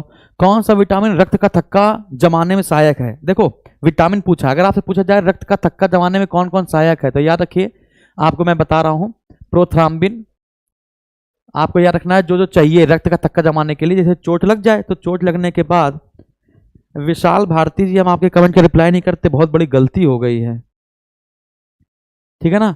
अब गलती हो गई भाई, सुधार लेंगे, अब बढ़ेंगे।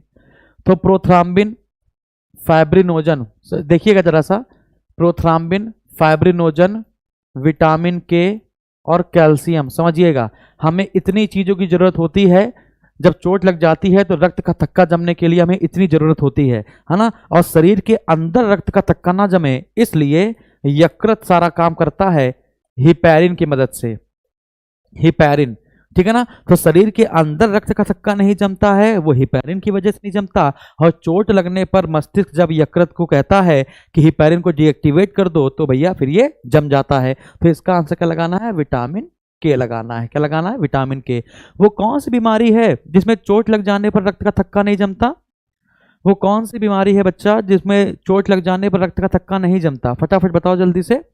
और इसका आंसर क्या है, विटामिन ई का। विटामिन ई का अच्छा स्रोत क्या है, तो आप पता है कि अंडा होता है, अंडे की पीली जर्दी, अंडे की पीली जर्दी यही तो खाना है, ठीक है ना। तो विटामिन ई का अच्छा स्रोत अगर आपसे पूछा जाए तो अच्छे स्रोत में आपका सब्जियां भी आती, फल, सूखे मेवे, बीज, ये सब आता है। लेकिन विटामिन ई का रासायनिक नाम क्या है, टोकोफेरॉल, है ना। और इसकी कमी से शिशुओं में क्या हो जाता है, विटामिन ई की कमी से शिशु में कौन सा रोग होता है, विटामिन ई की कमी से शिशु में कौन सा रोग होता है, जल्दी बताओ। हाँ क्या करते हैं, आंसर कुछ और बोल रहे हैं, बता कुछ और रहे हैं, ठीक है ना। बताया हमने सब्जियां, ठीक है ना। तो ताजी सब्जियां, फल और सूखे मेवे विटामिन ई का स्रोत हैं, ठीक है ना। हीमोफीलिया आंसर आया है, अच्छा ऊपर वाले का आंसर दे रहे हो सब लोग, हीमोफीलिया। हम कह रहे हैं विटामिन ई की कमी से शिशुओं में कौन सा रोग हो जाता है, विटामिन ई की कमी से शिशु में होने वाला रोग पूछ रहा हूं। विटामिन ई की कमी से शिशु में होने वाला रोग पूछ रहा हूं, ये बताना है आपको। ठीक है, ऊपर वाले का हीमोफीलिया है, मैं समझ गया। हीमोफीलिया को रक्तस्रावण रोग भी कहते हैं और शाही रोग कहते हैं, क्योंकि महारानी विक्टोरिया को और एलिजाबेथ को भी हुआ था, इसलिए उसको वो भी कहते हैं। वो सब छोड़ो, मैं क्या कह रहा हूं, शिशु में होने वाले रोग को क्या कहते हैं, विटामिन ई की कमी से। चलिए, हीमोलाइटिक एनीमिया, हीमोलाइटिक बोल रहा हूं, याद कर लीजिए, हीमोलाइटिक एनीमिया, हीमोलाइटिक एनीमिया। ठीक है ना।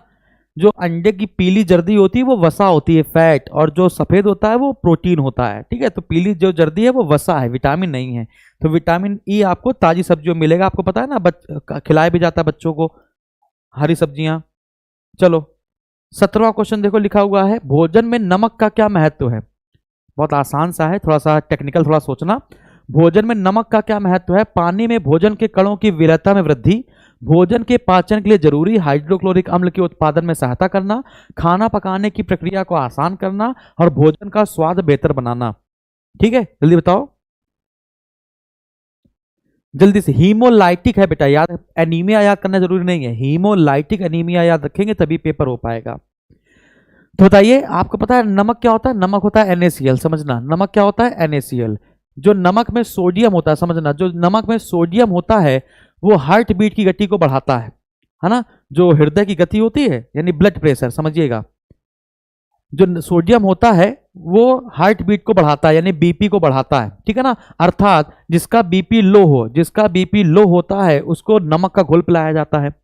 ठीक है ना। और जिसका बीपी हाई होता है उसको शुगर का घोल पिलाया जाता है। और जो क्लोरीन है ये पेट में जाके बनाता है हाइड्रोक्लोरिक अम्ल, और हाइड्रोक्लोरिक अम्ल क्या करता है, भोजन को सड़ने से बचाता है। पहली बात तो पेट में भोजन को सड़ने से बचाता है।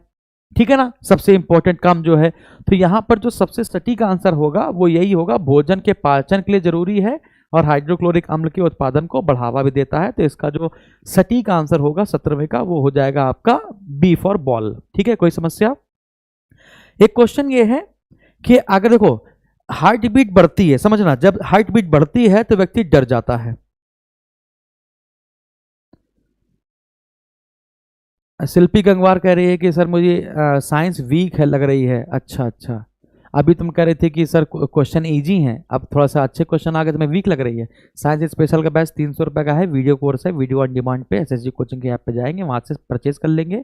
उसमें आपको मैंने फिजिक्स, केमिस्ट्री, बायोलॉजी में बॉटनी और जूलॉजी भी पढ़ाई है। ठीक है ना, कंप्लीट उसको ले लीजिएगा। ठीक है ना। हाँ, क्लास कैसे मिली बता दिया। तो मैं क्या कह रहा हूँ समझिएगा। अच्छा, जब कभी आप डर जाते हैं, तो डरने पर आपकी हार्ट बीट बढ़ जाती होगी। जब कभी आप डर जाते हैं तो डरने पर क्या हो जाती है, आपकी हार्ट बीट बढ़ जाती होगी। तो मैं जो क्वेश्चन पूछ रहा हूं उसको समझिएगा कि आपने वो देखा है, एक टेस्ट होता है जो डरा कर लिया जाता है, मतलब कि आप नार्को टेस्ट समझिएगा। जो नार्को टेस्ट होता है, नार्को टेस्ट, तो नार्को टेस्ट में जो भी बीपी का मरीज होता है, जो भी ब्लड प्रेशर का मरीज होता है, अमरेश प्रसाद रुक जाइए, देखता हूं मैं क्या है। नार्को टेस्ट जो होता है, नार्को टेस्ट जिसमें सच बुलवाया जाता है, तो जिसको बीपी की बीमारी होती है ना उसको नार्को टेस्ट नहीं कराया जाता। क्यों? क्योंकि उसमें हार्ट बीट को बढ़ाते हैं और व्यक्ति डरता है, और डरने में व्यक्ति सच बोल देता है। समझ रहे हो। तो जो नार्को टेस्ट होता है उसमें किसका प्रयोग करते हैं, तो आप याद रखिएगा, सोडियम पेंटाथॉल का। नार्को टेस्ट में किसका प्रयोग किया जाता है, तो नार्को टेस्ट में सच बुलाने के लिए सोडियम पेंटाथॉल का प्रयोग करते हैं। नार्को टेस्ट में सच का पता लगाने के लिए सोडियम पेंटाथॉल का प्रयोग करते हैं, ये याद रखना है ना। अगला लिखा हुआ है, किस विटामिन की कमी से परनीसियम एनीमिया, अच्छा रक्त अल्पता, ठीक है, किस विटामिन की कमी से परनीसियम एनीमिया होता है, जल्दी बताइए। किस विटामिन कमी से परनीसियम एनीमिया होता है। 18वें क्वेश्चन का आंसर आपको बताना है फटाफट, बहुत आसान है।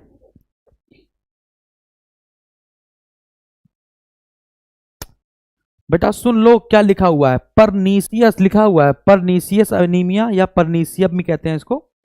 ठीक है ना। अभी मैंने आपको बताया एनीमिया के कई प्रकार होते हैं, एनीमिया के कई प्रकार होते हैं, है ना। हीमोलाइटिक एनीमिया बताया था अभी हमने आपको। हीमोलाइटिक एनीमिया जो होता है वो ई से होता है, हीमोलाइटिक एनीमिया। हीमोलाइटिक जो एनीमिया होता है वो विटामिन ई से होता है। ये कह रहा है परनीसियम, परनीसियम नहीं है ये, परनीसियस है, परनीसियस है ये, परनीसियस एनीमिया पूछ रहा है।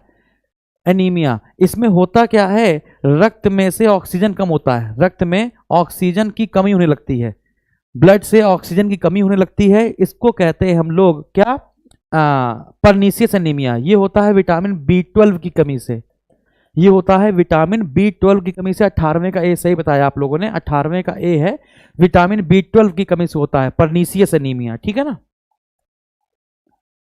क्वेश्चन लिखा हुआ है नाइट्रोजन युक्त भोजन है। 19वां क्वेश्चन लिखा हुआ है नाइट्रोजन युक्त भोजन है, कार्बोहाइड्रेट, लिपिड। अरे यार ये इसमें आंसर लिखा हुआ है, शिट। चलो कोई बात नहीं, प्रोटीन, कोई बात नहीं, कोई बात नहीं, कोई बात नहीं, कोई बात नहीं, कोई बात नहीं, ठीक है चलो कोई बात नहीं। 20वां क्वेश्चन देखो, 20वां लिखा है किस विटामिन को अपनी सक्रियता के लिए कोबाल्ट की आवश्यकता पड़ती है। तो आपको ये तो बहुत आसान सा क्वेश्चन है, विटामिन B12, रिपीटेड क्वेश्चन है। 21वां क्वेश्चन, 21वां क्वेश्चन देखिए, 21वां क्वेश्चन, 21वां क्वेश्चन लिखा हुआ है इनमें से कौन शरीर को ऊर्जा प्रदान करता है। मैंने बताया शरीर को ऊर्जा कौन प्रदान करता है, शरीर को ऊर्जा कौन प्रदान करता है, कार्बोहाइड्रेट तुरंत ऊर्जा प्रदान करता है। कार्बोहाइड्रेट के प्रकार बताए थे, मोनोसेक्राइड, डाइसेक्राइड, ट्राइसेक्राइड और पॉलीसेक्राइड, ठीक है ना। तो कौन शरीर को तुरंत ऊर्जा प्रदान करता है, तो कार्बोहाइड्रेट। विटामिन जो है वो शरीर को ऊर्जा नहीं प्रदान करते, विटामिन शरीर को ऊर्जा नहीं प्रदान करते हैं। विटामिन अधिकतर बाहर से लेने पड़ते हैं। इस बार यूपीपीएससी में क्वेश्चन आया था, अधिकतर बाहर से लेने पड़ते हैं, बाहर से लेने पड़ते हैं, विटामिन अधिकतर बाहर से लेने पड़ते हैं। विटामिन का कार्य रासायनिक प्रक्रिया को तेज करना है ना, कैटलिस्ट का काम करती है, यानी कि जो भोजन को पचाने की प्रक्रिया है उसमें तेजी लाना है, ठीक है ना। तो उत्प्रेरक का कार्य करती है, तो इसका असर कार्बोहाइड्रेट होगा।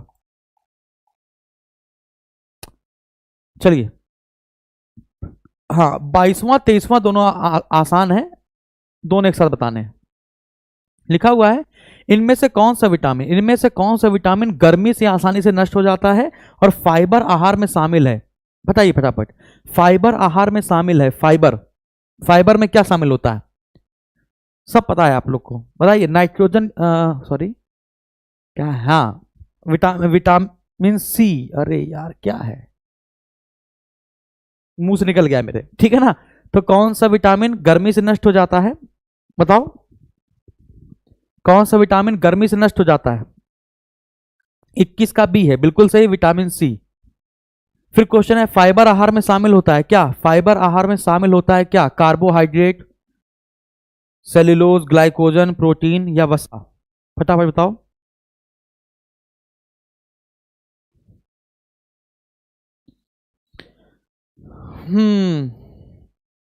अच्छा ये फाइबर करता क्या है, अगर आपसे पूछा जाए फाइबर का कार्य क्या है, ये क्वेश्चन पूछे तो क्या आपका आंसर क्या रहेगा। फाइबर करता क्या है, कुछ नहीं, रक्त में कोलेस्ट्रॉल को कम करता है, रक्त में कोलेस्ट्रॉल को कम करता है, जिससे हार्ट अटैक कम आएगा। रक्त में कोलेस्ट्रॉल की मात्रा को कम करता है फाइबर, इसलिए फाइबर युक्त अनाज खाने के लिए डॉक्टर कहता है। तो क्या है, बी बता रहे हैं सब लोग, बिल्कुल सही है, सेल्यूलोज, ठीक है ना। तो सेल्यूलोज हो, क्या सिर्फ सेल्यूलोज है, नहीं, सेल्यूलोज के साथ पेक्टिन, कभी और भी आंसर अगर आपके आ जाए तो सेल्यूलोज हो गया, पेक्टिन हो गया, काइटिन हो गया, लिग्निन हो गया, ये सारे आपके फाइबर युक्त हैं, ये सारे आपके क्या है, फाइबर युक्त है। या फिर ये समझ लीजिए कि कोशिका भित्ति, सेल वॉल, है ना, कोशिका भित्ति आपकी क्या होती है, फाइबर युक्त होती है, आप ऐसा भी समझ सकते हैं, ठीक है ना। बहुत बढ़िया, आगे बढ़ा जाए। याददाश्त नहीं बढ़ाता है, याददाश्त बढ़ाता होता तो सब बच्चे ये नहीं फांक रहे होते आज फाइबर, हैं नोच के खा गए होते सारा पेड़ की छाल। क्वेश्चन है सूखा रोग जो विटामिन डी की कमी से होता है, यह शरीर के किस अंग को प्रभावित करता है। आसान सा क्वेश्चन है, सूखा रोग विटामिन डी की कमी से होता है और किसको प्रभावित करता है, हड्डियों को। इसमें हम क्या बताते हैं। 25वां क्वेश्चन है, ऐसे क्वेश्चन आते हैं भाई, देखो विटामिन के क्वेश्चन तो ऐसे ही आते हैं, ठीक है, जो कठिन थे वो भी आ रहे हैं। इनमें से किस विटामिन की कमी से बच्चों के हाथ पैर की हड्डियां मुड़ जाती हैं। फिर से क्वेश्चन वही है, इसका देखो उत्तर गलत दिया हुआ है, ठीक है ना, इसका जो है वो उत्तर गलत दिया हुआ है। तो 25 क्वेश्चन नंबर का जो आंसर होगा वो विटामिन डी होगा, ठीक है ना, रिकेट्स, हड्डियों की को मुड़ जाना। चलो 26वां क्वेश्चन देखो, 26वां क्वेश्चन, कार्बोहाइड्रेट के अलावा और कौन सा स्रोत शरीर को ऊर्जा प्रदान करता है? कार्बोहाइड्रेट के अलावा कौन सा अन्य स्रोत शरीर को ऊर्जा प्रदान करता है? बहुत आसान सा क्वेश्चन है ये, ठीक है ना, बहुत आसान क्वेश्चन है। देखो, एक होता है संचित भोजन और एक होता है संचित ईंधन। तो अगर आपको ये पता हो जाए संचित भोजन किसे कहते हैं और संचित ईंधन किसे कहते हैं तो आपका काम हो जाएगा। और वसा आसा हमने आपको बहुत अच्छे से पढ़ा रखी है, फैट एट सब पढ़ा रखा है, ठीक है ना। अगर मैं आपसे कहूं संचित ईंधन किसे कहते हैं, बताइए, संचित ईंधन किसे कहते हैं और संचित भोजन किसे कहते हैं? बताओ, संचित ईंधन किसे कहते हैं और संचित भोजन किसे कहते हैं? बताओ। ठीक है, 26 का बी है, मुझे समझ में आ रहा है, सही है, मुझे पता है, चल रहा है, सही है। लेकिन मैं कह रहा हूं संचित ईंधन किसे कहते हैं, संचित भोजन किसे कहते हैं? संचित ईंधन कहते हैं स्टार्च को और संचित भोजन कहते हैं वसा को, ठीक है ना।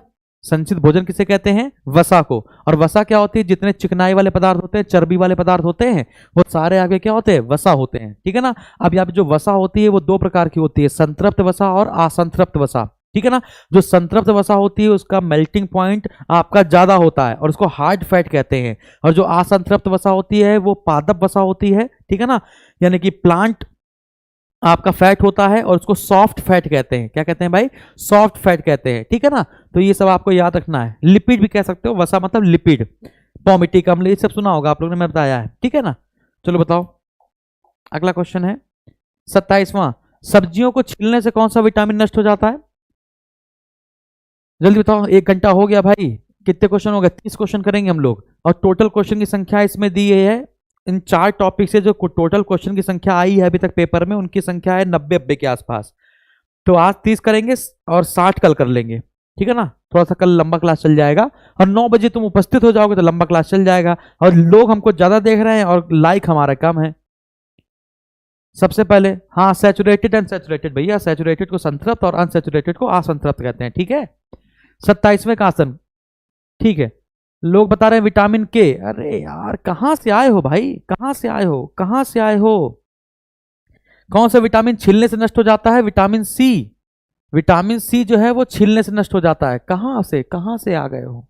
ठीक है, तो याद रखना है विटामिन सी, जिसको एस्कॉर्बिक अम्ल कहते हैं, सब्जियों की छीलने से नष्ट हो जाता है। विटामिन सी गर्म करने पर नष्ट हो जाता है। बात समझ आ रही है? चलो अगला, विटामिन बी की कमी से क्या होता है? बेरी बेरी, ये तो नॉर्मल सा क्वेश्चन था। हाँ, ये बताओ 29वां क्वेश्चन। अच्छा, बेरी बेरी से होता क्या है? तंत्रिका तंत्र को नुकसान पहुंचता है। बेरी बेरी से क्या होता है? तंत्रिका तंत्र को नुकसान पहुंचता है, मांसपेशियां कमजोर हो जाती हैं।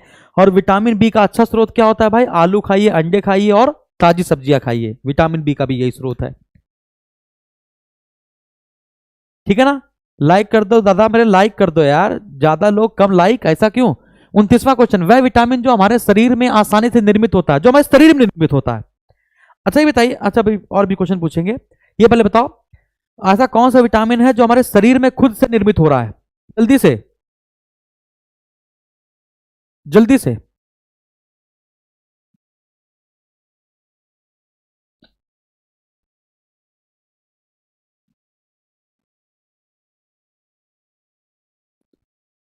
विटामिन डी, वह विटामिन जो हमारे शरीर में आसानी से निर्मित होता है।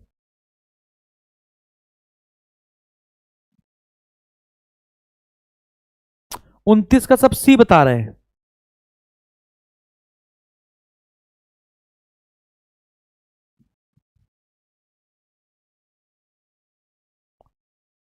के बता रहे हैं विटामिन डी। चलिए मैं बताता हूं, वह विटामिन जो हमारे शरीर में आसानी से निर्मित होता है, समझना, आसानी से जो निर्मित होता है वो विटामिन डी है। आसानी से जो निर्मित होता है वो विटामिन डी है। आप सूर्य के प्रकाश से आसानी से खड़े हो सकते हो, धूप में खड़े हो जाइए और वो बनता रहेगा। धूप में खड़े हो जाइए, वो बनता रहेगा। बाकी जितने हैं ना उनको लेना पड़ता है, बाकी जितने हैं उनको अच्छे से लेना पड़ता है। डी होगा इसका आंसर, सी, यानी कि इसके हिसाब से सी और विटामिन डी होगा। आसानी से निर्मित होने वाला विटामिन है vitamin D. Vitamin D SSC के एमटीएस में 3-4 बार आ चुका है ये क्वेश्चन। एमटीएस समझ रहे हो और तुम ये गलत कर रहे हो। 30वां क्वेश्चन, विटामिन बी6 की कमी से कौन सा रोग होता है? विटामिन बी6 की कमी से कौन सा रोग होता है? लिखा तो है आंसर, बताओ। विटामिन बी6 की कमी से कौन सा रोग होता है? आपको पता भी होगा, पायरिडॉक्सिन कहते हैं। पैरिडॉक्सिन, पैरिडॉक्सिन। बताइए विटामिन B6 की कमी से कौन सा रोग होता है?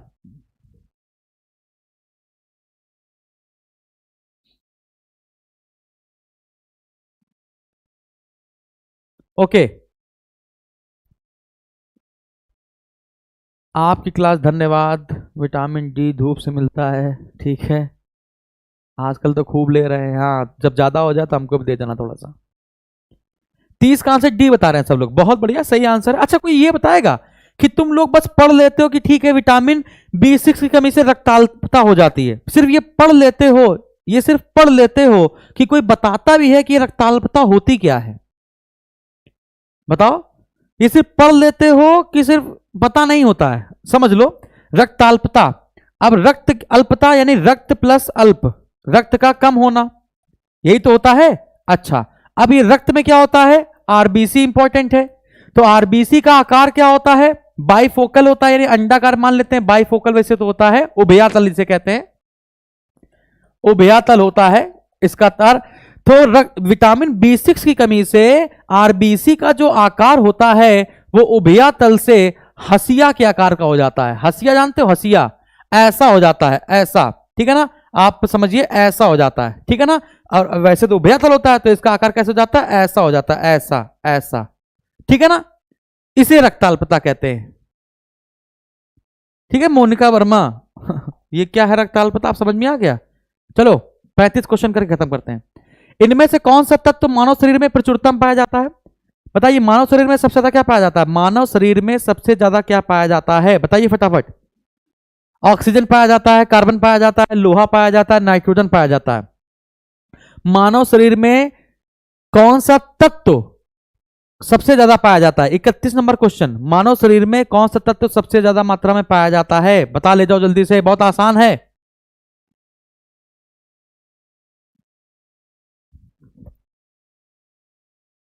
सर आपने मैत्री सूत्र कैसे याद किया? आए भाई, आयु डिलिक एयोंग एयोच हैव लर्न दमन दमन जबम गजगज जबरदस्त कवच चट्टो कवे सर हल हो गया, ऐसे याद किया। हाँ बिल्कुल सही आ गया आंसर, ऑक्सीजन बिल्कुल सही है।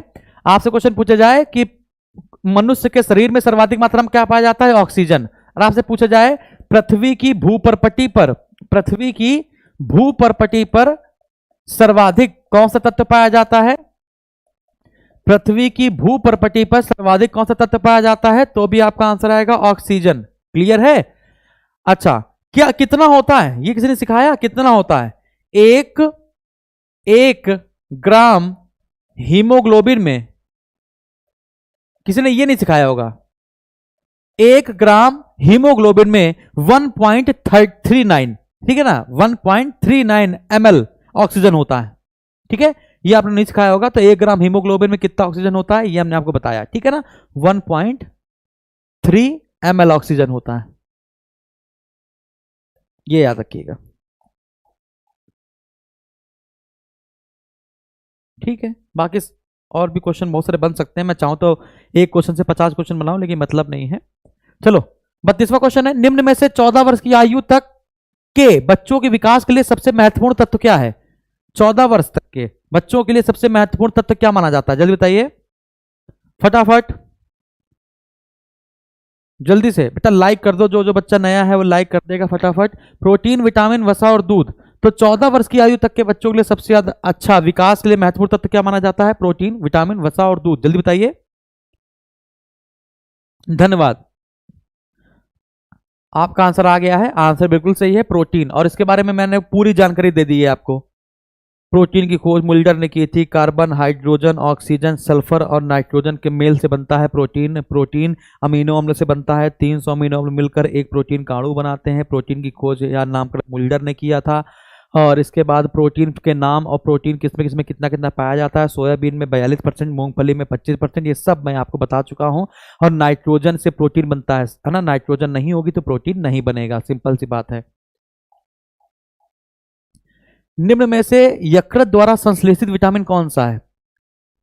बताइए, ऐसा कौन सा विटामिन है जो यकृत अपने पास रखता है? देखो मैं बताऊं आपको, प्रोथ्राम्बिन, समझना, अभी मैंने बताया भी था, प्रोथ्राम्बिन, फाइब्रिनोजन, ग्लाइकोजन, ग्लूकोज का संचित रूप क्या कहलाता है? ग्लाइकोजन। प्रोथ्राम्बिन, फाइब्रिनोजन, विटामिन के, है ना, तांबा जिसको हम लोग कहते हैं कॉपर, कॉपर, ठीक है ना, और प्रोथ्राम्बिन, फाइब्रिनोजन, ग्लाइकोजन, विटामिन के और तांबा, इन सब का जो स्टोरेज है, इन सब का जो स्टोरेज है वो है यकृत। इन सब का स्टोरेज क्या है? तो आप कहेंगे सर इन सब का स्टोरेज है आपका यकृत। अच्छा, हिपैरिन भी लिख लो इसमें, हिपैरिन। इन सब का जो स्टोरेज है वो सब क्या है? यकृत है। तो इसका आंसर क्या लगा ना? विटामिन के। सी नहीं है, सी नहीं है, मारेंगे घूसा। इसका आंसर विटामिन के है, लिखा है, ये लिख लो। अगर आपसे पूछा तांबा कहाँ एकत्र रहता है? प्रोथ्राम्बिन, फाइब्रिनोजन, हिपैरिन, ये सब कहाँ एकत्र होते हैं? तो आपका आंसर आएगा लिवर में, ठीक है ना। अगला, इसके बाद विटामिन ए भी बेटा लिवर में रहता है, विटामिन ए भी रहता है लिवर में, ठीक है ना, विटामिन ए और विटामिन के दोनों। इसमें से किसे शरीर निर्माण डैश खंड कहा जाता है? शरीर निर्माण के लिए प्रोटीन आवश्यक होता है, ये मैं कई बार बोल चुका हूं आपको। और प्रोटीन का संश्लेषण किस प्रक्रिया द्वारा होता है? जल्दी बताइए, प्रोटीन का संश्लेषण किस प्रक्रिया द्वारा होता है? तो आपको याद रखना है प्रतिलेखन, हिंदी में कहते हैं प्रतिलेखन। बात समझ आ रही है? प्रतिलेखन, प्रतिलेखन, ठीक है ना। तो प्रोटीन का संश्लेषण प्रतिलेखन प्रक्रिया द्वारा पूरा होता है, तो इसका आंसर प्रोटीन है, कोई दिक्कत नहीं है। चलो 35वां क्वेश्चन, इसका उत्तर आ गया है धोखे से। गर्भवती महिलाओं में समानता किसकी कमी हो जाती है? तो फॉलिक अम्ल की कमी हो जाती है, तो पता ही था आपको, लेकिन ऐसा कुछ आंसर है ही नहीं, ठीक है ना, अब तो सबको पता है। जल्दी जल्दी अनिकेत, जल्दी बताओ, तो अपनी तरफ ध्यान दो, अपनी तरफ ध्यान करो। गर्भवती महिलाओं में समानता किसकी कमी हो जाती है? सोडियम, कैल्शियम, लोहा, सोडियम, कैल्शियम, लोहा, मैग्नीशियम और लोहा। इसका आंसर क्या लगाना है? 35 नंबर आज का लास्ट है, 35। जल्दी बताओ, गर्भवती महिलाओं में।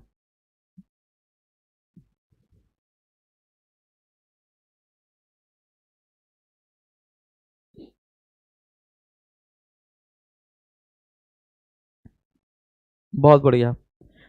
देखिए मैं आपको बताता हूं, जो गर्भवती महिला होती हैं उनमें दो रोग होने के चांसेस सबसे ज्यादा रहते हैं। एक है ऑस्टियोपोरोसिस, एक है ऑस्टियोपोरोसिस। और जो ऑस्टी होती है वो अस्थि होती है, हड्डी। और हड्डी का जो कमजोर होना है वो आपको बताता है क्या?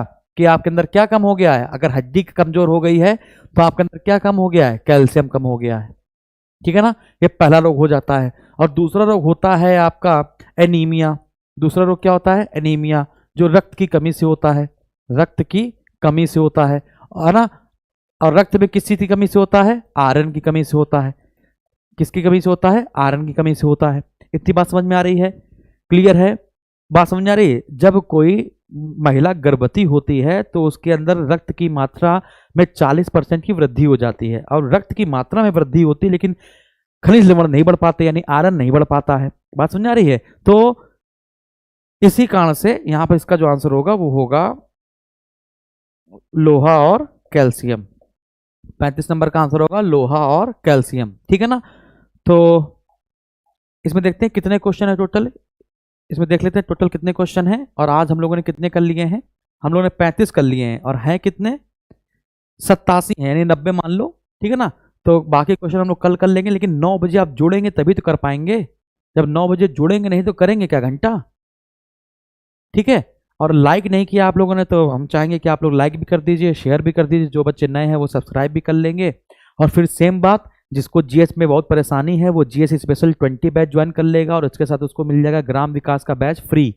ग्राम विकास, हिंदी स्पेशल और यूपी जीके स्पेशल, ये 3 बैच उसको फ्री मिल जाएंगे, यानी 3 क्लास उसको फ्री मिल जाएगी, जिसकी रेट 500 रुपये है, वो उसको फ्री मिल जाएगा। और जीएस स्पेशल 20 की बैच की फीस 1500 रुपये है, ठीक है ना। तो अगर आप ये ले लेंगे तो जीएस भी स्ट्रांग हो जाएगी, ग्राम विकास भी हो जाएगा, हिंदी भी हो जाएगी और यूपी भी हो जाएगी। फिर आप आराम से यूपी पीसीएस, आरओ, एआरओ, लेखपाल, यूपी पुलिस, कांस्टेबल, दरोगा, फिर जितनी आए देते रहिए, उड़ाते रहिए फटाफट, वो आपके ऊपर है। लाइक कर दीजिएगा, 382 लाइक है, मैं 500 कर दीजिए, छुट्टी करते हैं। आज के लिए इतना काफ़ी है, बहुत बोल लिया, मुंह हो गया है दर्द, दांत आत सब टूट जाएंगे तुम लोग के चक्कर में, ठीक है। ऑस्टियोलॉजी बेटा, अस्थियों का अध्ययन ऑस्टियोलॉजी कहलाता है, बाकी बातें बाद में करेंगे, ठीक है ना। मैं चाहूँ तो फटाफट पूरे करवा दूं। देखो ये यही क्वेश्चन लिखा हुआ है, सूर्य की किरणों से कौन सा विटामिन प्राप्त होता है? Vitamin D. पट्टे से हो गया। पोषक तत्वों के अलावा हमारे शरीर में पानी और किसकी आवश्यकता होती है? अब ये अच्छा क्वेश्चन है। पोषक तत्वों के अलावा हमारे शरीर में पानी और किसकी आवश्यकता होती है? तो कार्बोहाइड्रेट, वसा, प्रोटीन और फाइबर। बहुत प्यारा क्वेश्चन है। इसका 86 नंबर क्वेश्चन का आंसर आप लोग कमेंट बॉक्स में कमेंट कीजिएगा। ठीक है, thank you very much. Like like like कर दो, लाइक कर दो, लाइक कर दो, जो भी है लाइक कर दो। सोच रहे होगा ना, बिल्कुल घबरा रहा होगा मन,